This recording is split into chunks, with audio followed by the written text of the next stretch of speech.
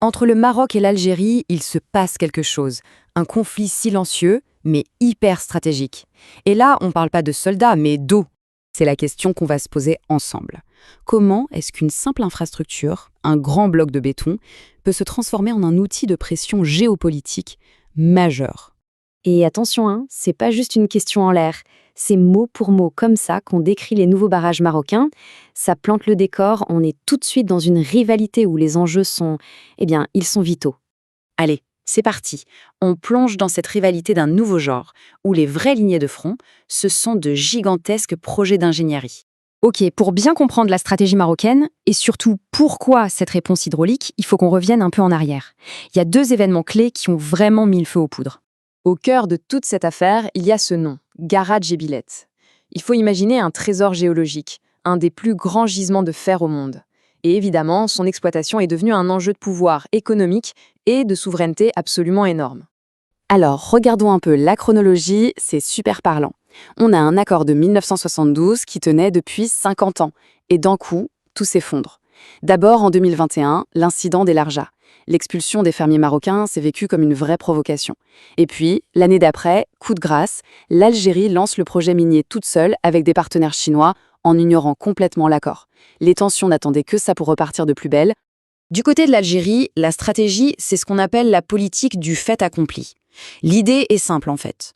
On lance des projets industriels gigantesques, on construit et on crée une réalité sur le terrain. Une réalité qui, après, devient quasi impossible à remettre en cause. Alors, face à cette offensive industrielle algérienne, comment le Maroc a répliqué? Pas par la force, non. La réponse, elle est beaucoup plus subtile et elle joue sur le temps long. C'est ça, la fameuse stratégie du robinet. Alors bien sûr, ce n'est pas une déclaration officielle, mais cette phrase résume parfaitement la logique marocaine. C'est une réponse du berger à la bergère, très directe. Vous nous enlevez les terres des Larja, vous nous mettez de côté sur la mine. Ok, nous, on garde notre eau. Et voilà les deux pièces maîtresses de cette stratégie. D'un côté, le barrage de Kadoussa. De l'autre, Kangerou, qu'on surnomme le monstre. Ça vous donne une idée. Le point absolument crucial, ils sont tous les deux situés sur des fleuves qui naissent au Maroc avant de couler vers l'Algérie. En gros, ils forment une véritable barrière hydraulique. Le mécanisme de pression, il est implacable. Et ce schéma l'explique très bien. En retenant l'eau, le Maroc fait d'une pierre deux coups. D'abord, il sécurise l'irrigation pour sa propre agriculture dans la région de Figuig, qui en a désespérément besoin. Et ensuite, et c'est là que ça devient géopolitique, il met une pression énorme sur le projet algérien. Comment? En menaçant l'approvisionnement en eau de la ville de Béchar, qui est le centre logistique de la mine. On a donc deux logiques qui s'affrontent. D'un côté, la stratégie algérienne du fait accompli industriel, et de l'autre, la réponse marocaine qu'on pourrait qualifier d'étouffement lent. Le but, c'est pas de bloquer la mine de front, non, c'est de compliquer la vie de tout son écosystème logistique et social, de rendre le projet plus cher, plus difficile. Mais alors, on peut se demander, pourquoi tout miser sur l'eau? Pourquoi est-ce que c'est devenu la carte maîtresse du Maroc dans ce jeu si tendu? Eh bien, la réponse est assez simple, parce que toutes les autres options sont en fait complètement bloquées. Regardez, un recours juridique? Quasi impossible. Alger ne reconnaît pas la juridiction. Une revendication territoriale? Beaucoup trop dangereux. Ça ouvrirait la boîte de Pandore des frontières. Des négociations diplomatiques? Inenvisageables. Les relations sont rompues. En fait, toutes les portes diplomatiques classiques sont fermées à double tour. L'eau devient donc le seul et vraiment l'unique levier d'action concret pour le Maroc. Et ce tableau résume parfaitement ce conflit asymétrique. Chacun joue avec ses forces.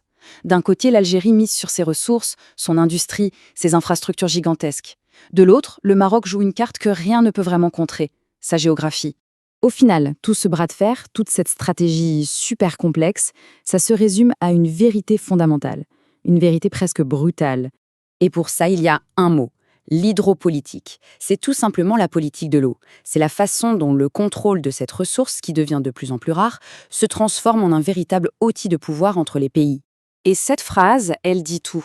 Celui qui est en amont tient le robinet de celui qui est en aval. C'est la clé de voûte de toute la stratégie marocaine.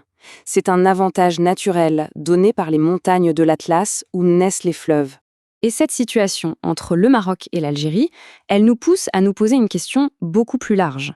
Dans un monde où des ressources vitales comme l'eau se raréfient, est-ce que la géographie et le contrôle qu'elle donne sur ces ressources ne va pas devenir l'arme principale, l'arbitre des conflits du XXIe siècle?